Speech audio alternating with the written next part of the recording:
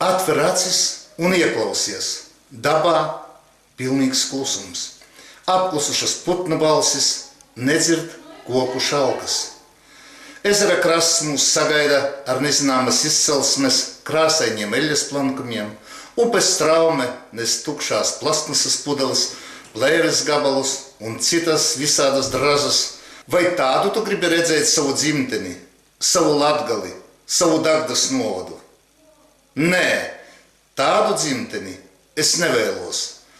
Un tāpēc mēs aicinām visus 27. aprīlī apvienot savus spēkus, savus prātus, savas čaklās rokas un sakopt savu sētu, savu ielu, savu parku, ezermalu, lai vienmēr ir saklausamas skanīgas putnu balsis, lai tīri ūdeņi plūstu uz ezeru vai jūru, lai mums visiem ir prieks.